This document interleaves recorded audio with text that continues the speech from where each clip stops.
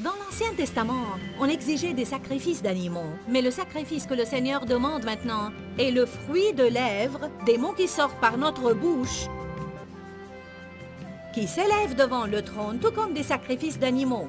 Le fumet, l'odeur... Restez avec nous dans Jouissez de votre vie.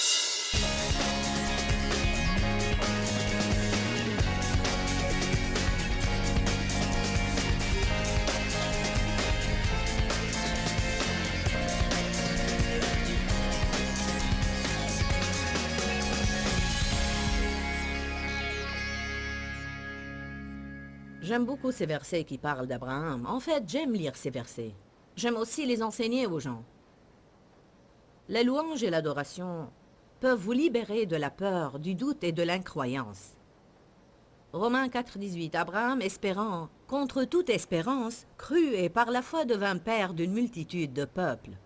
Il n'avait aucune raison d'espérer, mais il espéra. C'est d'une foi sans défaillance qu'il considéra son corps impotent et déjà mort. Il regarda ses circonstances, mais malgré cela, il ne s'est pas rendu. Son corps était impotent parce qu'il avait 100 ans, et quand il regarda le sein de Sarah, mort également, il ne perdit pas foi et ne douta pas de la promesse de Dieu. Mais sans hésitation, appuyé sur la promesse de Dieu, avec une foi puissante, il a fait quoi alors? Il loua et adora le Seigneur éternel et lui rendit gloire. Que se passe-t-il quand on loue Dieu? On devient fort. Notre foi grandit et ces choses qui s'élèvent contre nous en essayant de nous réprimer se dissipent parce que nous avons loué Dieu. C'est pour ça que nous avons besoin de la louange, de l'adoration et de cette musique céleste. Vous devez apprendre ces chants. Et chaque fois que vous avez l'occasion de louer et adorer Dieu, vous devez la saisir. Est-ce que je dis la vérité?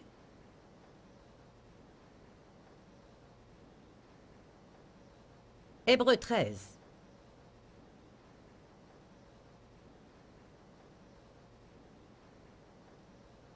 Verset 15. Une des choses que le dictionnaire grec dit à propos de la louange est que ça raconte une histoire ou un récit. C'est comme si on relatait ou racontait à voix haute les choses merveilleuses que Dieu a faites. Même quand vous sortez pour déjeuner avec un ami et vous racontez les choses merveilleuses que le Seigneur fait pour vous, ce faisant, vous louez Dieu. Dieu aime ce genre de conversation, alors il sort son livre de mémoire et les enregistre. Il n'enregistre pas nos complaintes, murmures et plaintes. Mais il enregistre. Imaginez ce qui se passerait si vous regardiez secrètement dans la chambre de vos enfants et vous trouveriez 2 de vos enfants assis dans un coin en train de parler et de dire vraiment, je dois dire, ah ma maman, j'ai la meilleure maman au monde. Il n'y a pas de maman plus merveilleuse et adorable. Est-ce que nous n'avons pas les parents les plus merveilleux au monde? Ils sont tellement... Oh, waouh! Vous allez être... Vous ne pourriez pas vous empêcher de les bénir et... Même si vous les surpreniez en train de dire « J'en ai marre de papa et maman, ils ne font jamais rien pour nous. Je crois qu'ils doivent faire ceci et ils doivent faire cela. » La même chose, exactement la même chose. Nous sommes les enfants de Dieu. Qu'est-ce qu'il aimerait nous entendre dire? Combien il est merveilleux, combien il est bon, ce qu'il a fait, ce qu'il peut faire, ce qu'il est probablement en train de faire et qu'on n'a pas encore vu.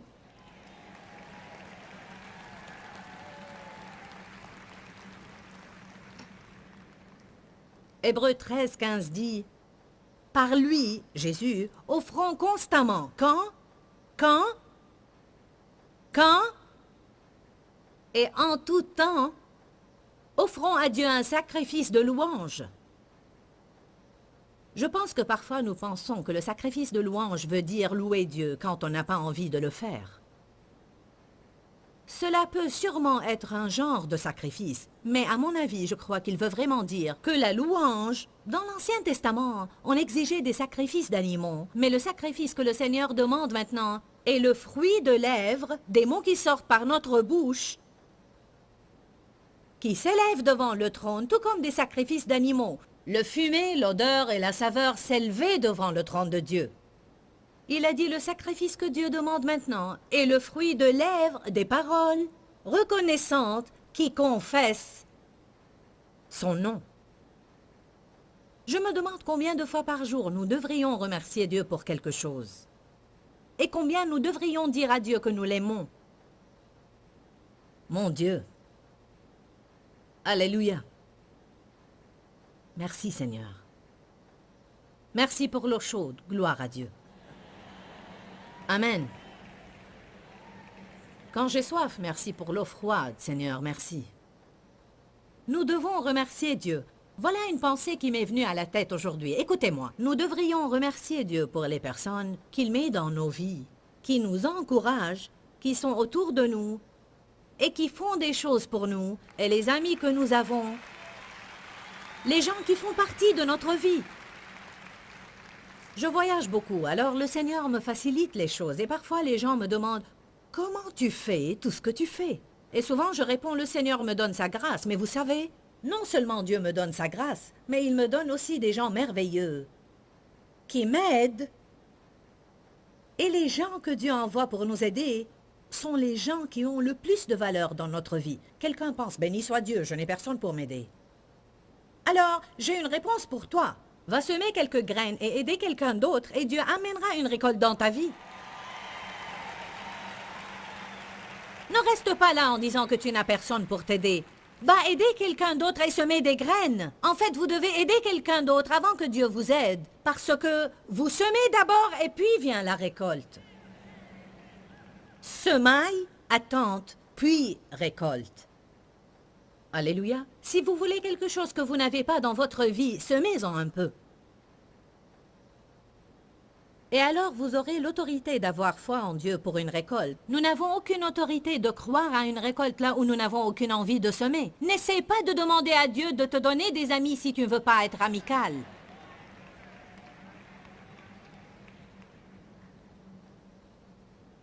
J'ai une jeune fille qui fait partie de notre équipe de voyage et elle arrive quelques heures avant nous dans les villes que nous visitons. Et un camion nous devance en amenant toutes nos affaires à Dave et moi. Nous avons un système propre, nous avons tout emballé dans des caisses et nos vêtements vont avec. Je suis en voyage tout le temps, alors je prends même ma cafetière. Si je dois vivre pratiquement en tour, je veux avoir ce que je veux pendant que j'y suis. Alors ils embarquent tout et débarquent tout. Amen. J'emmène avec moi même mon matelas de mousse au cas où les lits sont durs. J'ai mon système. Quand je suis en tournée, j'ai tout. Tout ce dont on peut avoir besoin, j'ai.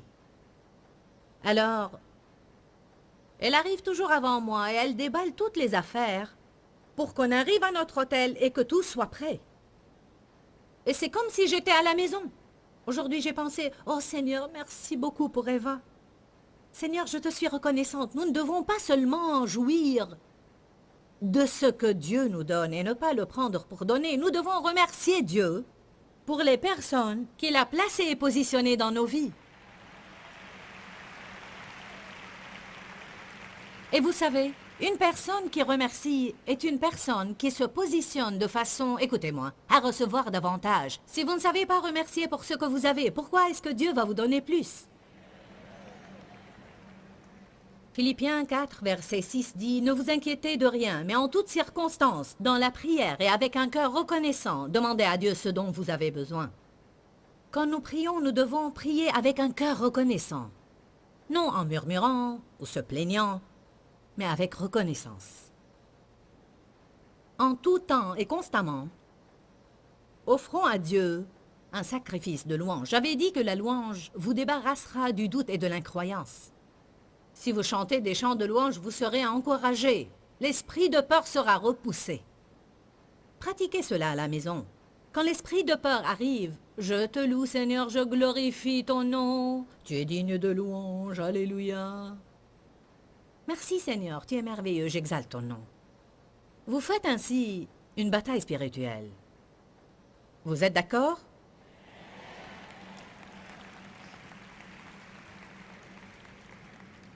L'évangile de Jean, chapitre 4, verset 23, dit « Dieu cherche de sincères et véritables adorateurs qui l'adoreront. » C'est intéressant, il ne veut pas n'importe qui pour l'adorer. Il veut de véritables adorateurs qui l'adorent. C'est malheureux, je crois, qu'il soit écrit dans la Bible que Dieu les recherche. Je pense vraiment qu'il est malheureux qu'il ait à les chercher. Je crois qu'il devrait y avoir une abondance.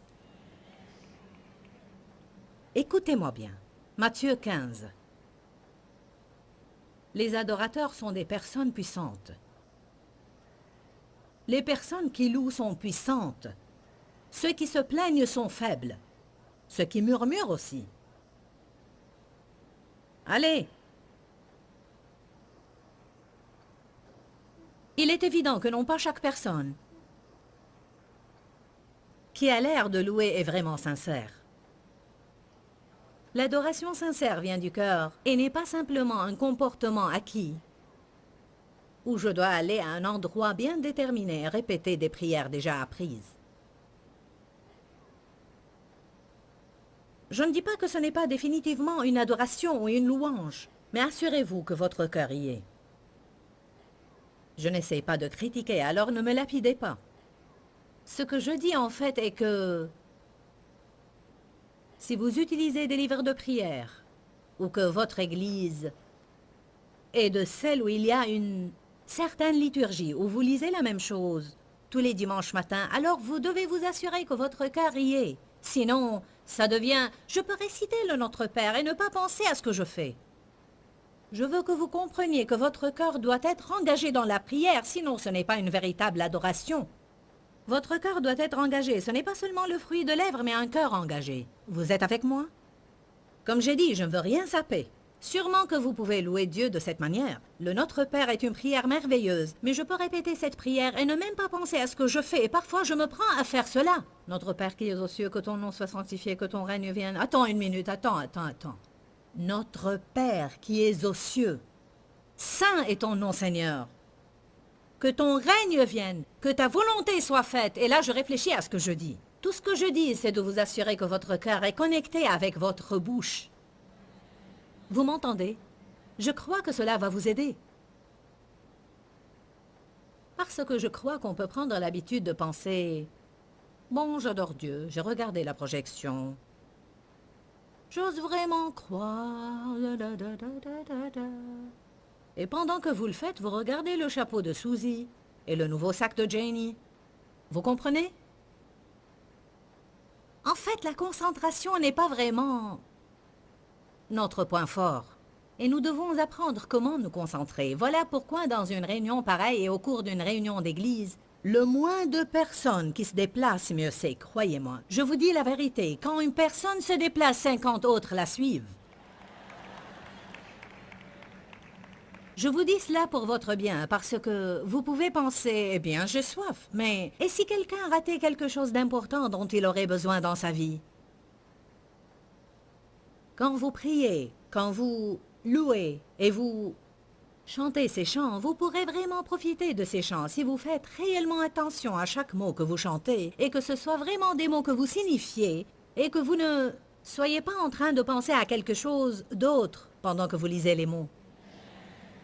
Les adorateurs sont des personnes qui adorent d'abord avec le cœur, puis par la bouche. Rentrer dans une église, s'agenouiller à un moment précis, se mettre debout à d'autres en répétant des phrases données ou en lisant d'un livre peut être une vraie adoration si notre cœur y est et que ce n'est pas juste une formalité. Dieu n'est pas satisfait si nous venons à un même endroit chaque dimanche pour y passer un temps déterminé et puis aller à la maison et ne plus penser à lui jusqu'à la semaine d'après à la même heure. Sortez Dieu de la boîte d'où vous le sortez seulement dimanche matin. Il veut envahir votre vie. Vous m'entendez? Dieu veut vous faire revivre par le Saint-Esprit. Il veut être présent dans votre lundi, mardi, mercredi, jeudi, vendredi et samedi. Il veut s'immiscer dans vos finances, votre façon de vous habiller, vos loisirs, vos relations, vos pensées, vos paroles.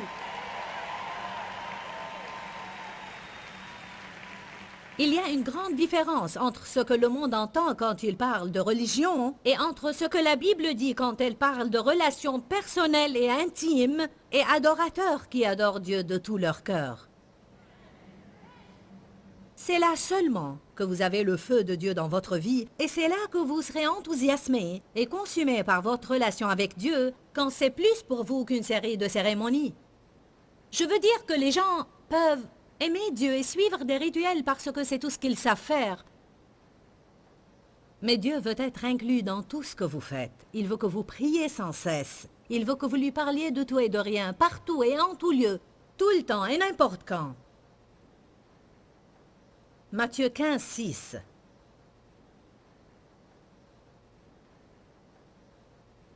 Au nom de votre tradition, c'est-à-dire les enseignements qui vous viennent de vos pères, vous avez annulé la parole de Dieu, la rendant sans valeur, sans force et dépourvue d'autorité. Que veut dire cela? À cause des traditions, des lois mises par l'homme, vous avez mis de côté la parole de Dieu. Est-ce que les gens ne font pas ça aujourd'hui? J'ai été baptisé dans le Saint-Esprit en 1976 et je ne comprenais pas ce qui m'était arrivé.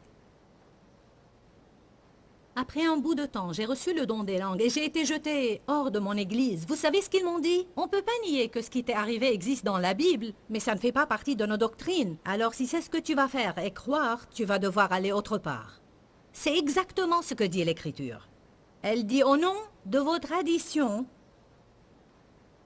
vous avez annulé la parole de Dieu. Je vais vous dire quoi? Je m'en fous quelle organisation c'est. Ceci ne plaît pas à Dieu. Nous avons à oublier nos lois humaines et nous devons lire notre Bible, mes amis.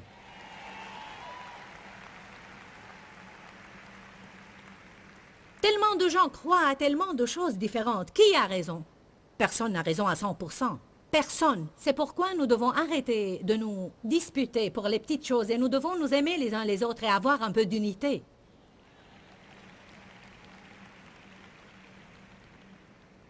Matthieu 15, 7. Hypocrite, Ésaïe a bien raison et a bien prophétisé de vous quand il a dit « Ce peuple s'approche de moi avec des paroles et me loue des lèvres seulement, mais leur cœur se tient à distance de moi. Vain est le culte qu'ils me rendent. Les doctrines qu'ils enseignent ne sont que préceptes humains. Je ne veux pas que ma louange et mon adoration soient vaines, alors je dois et je veux apprendre à engager mon cœur. » Vous êtes avec moi? Amen. Je me demande parfois, si même au début de notre culte, si toute personne dans le bâtiment faisait vraiment attention et avait leur cœur fixé sur Dieu, je me demande quelle gloire se poserait sur cet endroit. C'est une chose qu'on devrait apprendre aux gens. Vous venez à une réunion pareille, vous essayez de voir qui est là, qu'est-ce qui se passe. On regarde partout et on chante les chants. Mais si chaque personne, réellement, je veux dire, si la louange et l'adoration jaillissaient de notre cœur, je ne peux même pas imaginer la gloire qui se poserait là. Nous avons expérimenté un petit peu cela ce soir. Mais je crois que la gloire peut devenir plus forte et plus forte et plus forte. Qu'est-ce qui se passe quand nous nous tenons dans la gloire? Des miracles ont lieu, des gens sont guéris, des vies sont changées. Regardez ces gens qui ont été sauvés. Et tout ce que j'ai dit, c'est, si vous êtes pécheurs aliénés avec Dieu, venez. Nous avons eu plus d'une centaine qui se sont approchés et ont donné leur vie au Seigneur. Et cela sans aucune supplication. Seulement venez. Car quand la gloire de Dieu est présente, les gens sont interpellés de l'intérieur. Nous ne mettons pas de pression extérieure sur eux. Ils sont interpellés dans leur fort intérieur. Attention, je commence à être surexcité.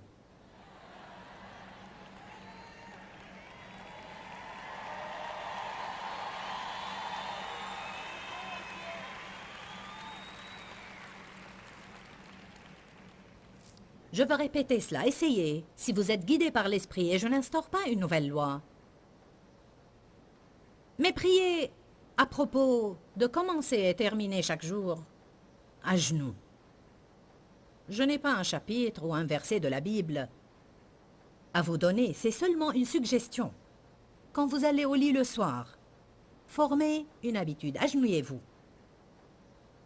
Merci Seigneur pour ce jour, merci pour tout ce que tu as fait, je te loue Dieu, tu es vraiment merveilleux. Protège-moi cette nuit, donne-moi de doux rêves, apprends-moi même pendant mon sommeil. Apprends-moi ce soir. Et puis la première chose le matin, avant de faire quoi que ce soit, sortez de votre lit et agenouillez-vous. Merci Seigneur, je ne peux pas passer cette journée sans toi, Dieu. Oh Jésus, je te suis reconnaissante. Je te loue Seigneur, car tu vas m'aider à faire ta volonté. J'exalte ton nom. Tu es merveilleux, Seigneur. Je t'aime. Et puis allez vous brosser les dents ou faire autre chose. Merci, Seigneur. Vous savez quelle pensée m'est venue à l'instant? Quel privilège d'être, grâce à notre programme télévisé, 2,5 milliards de personnes regardent le programme. Je sais qu'ils ne regardent pas tous en même temps, mais sûrement qu'au moins plusieurs centaines de millions viennent de m'entendre dire « Commencez et terminez chaque jour à genoux ». Qu'est-ce qui se passerait dans le monde si ces choses commençaient à avoir lieu? Hein?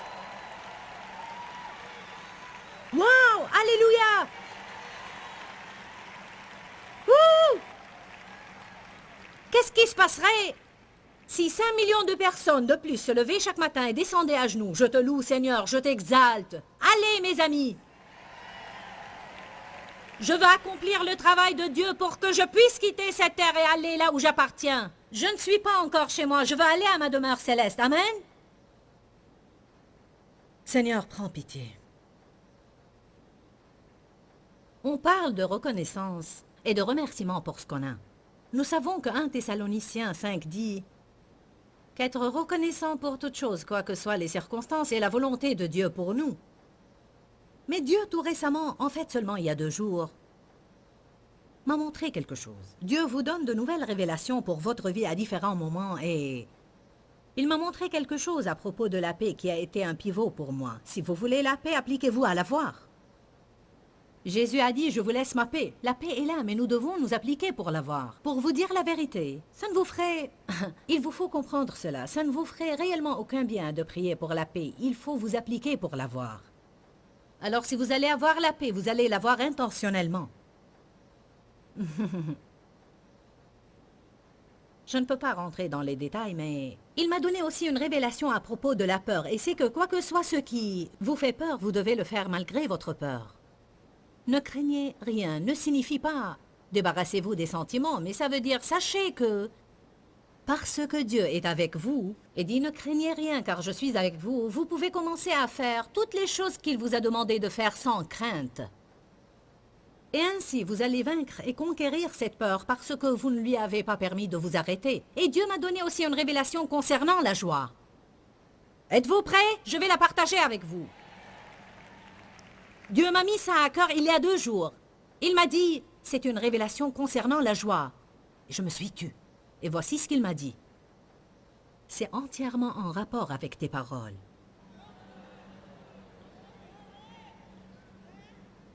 Vous ne me croyez pas, n'est-ce pas? La joie de l'Éternel est en nous.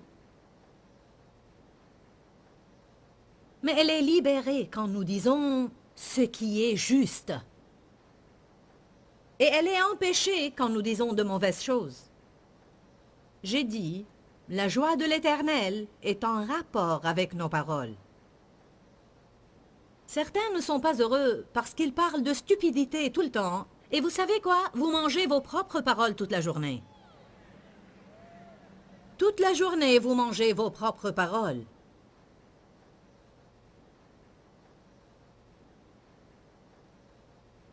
« 1 Pierre 3,10 » dans la version amplifiée de la Bible. « Celui qui veut en effet aimer la vie et voir des jours heureux, qu'il soit apparent ou non, doit garder sa langue du mal et cesser de mentir. »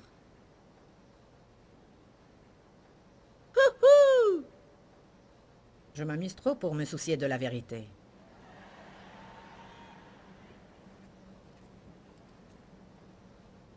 Proverbe 18, 20, 21. Si vous avez fait des kilomètres et vous avez compris ce que j'ai dit, alors votre voyage a été fructueux. J'ai dit, votre joie est en relation directe avec vos paroles.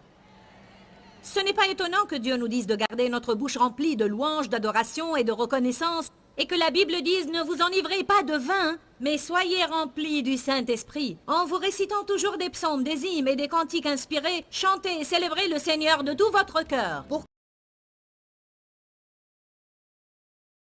Nous voulons tous savoir comment prier avec des prières puissantes. Et chacun veut avoir cette sensation d'accomplissement après avoir prié, où il sent vraiment que sa prière a été bénéfique. Et cet enseignement sur la prière va être réellement puissant parce que je pense que beaucoup de gens passent du temps dans la prière, mais ne croient pas vraiment que leurs prières sont efficaces. On peut prier de différentes façons, comme vous avez pu le constater aujourd'hui. Nous n'avons pas à prendre une posture donnée à un moment précis. La prière peut devenir comme la respiration. Et la prière est réellement un mystère. Pourquoi un Dieu omnipotent, omniscient, a-t-il besoin que des personnes prient? Pourquoi il ne fait pas ce qu'il désire faire sans notre prière? Eh bien, il a choisi de travailler à travers nos prières de foi. Dis-leur que je les aime. Dans ce livret, Joyce Meyer donne une révélation de l'amour de Dieu pour nous. Pour obtenir ce livret gratuitement, écrivez-nous à Joyce Meyer, boîte postale 40095-6300 Larnaca, Chypre. Ou bien visitez notre site web www.joycemeyer.org/fr.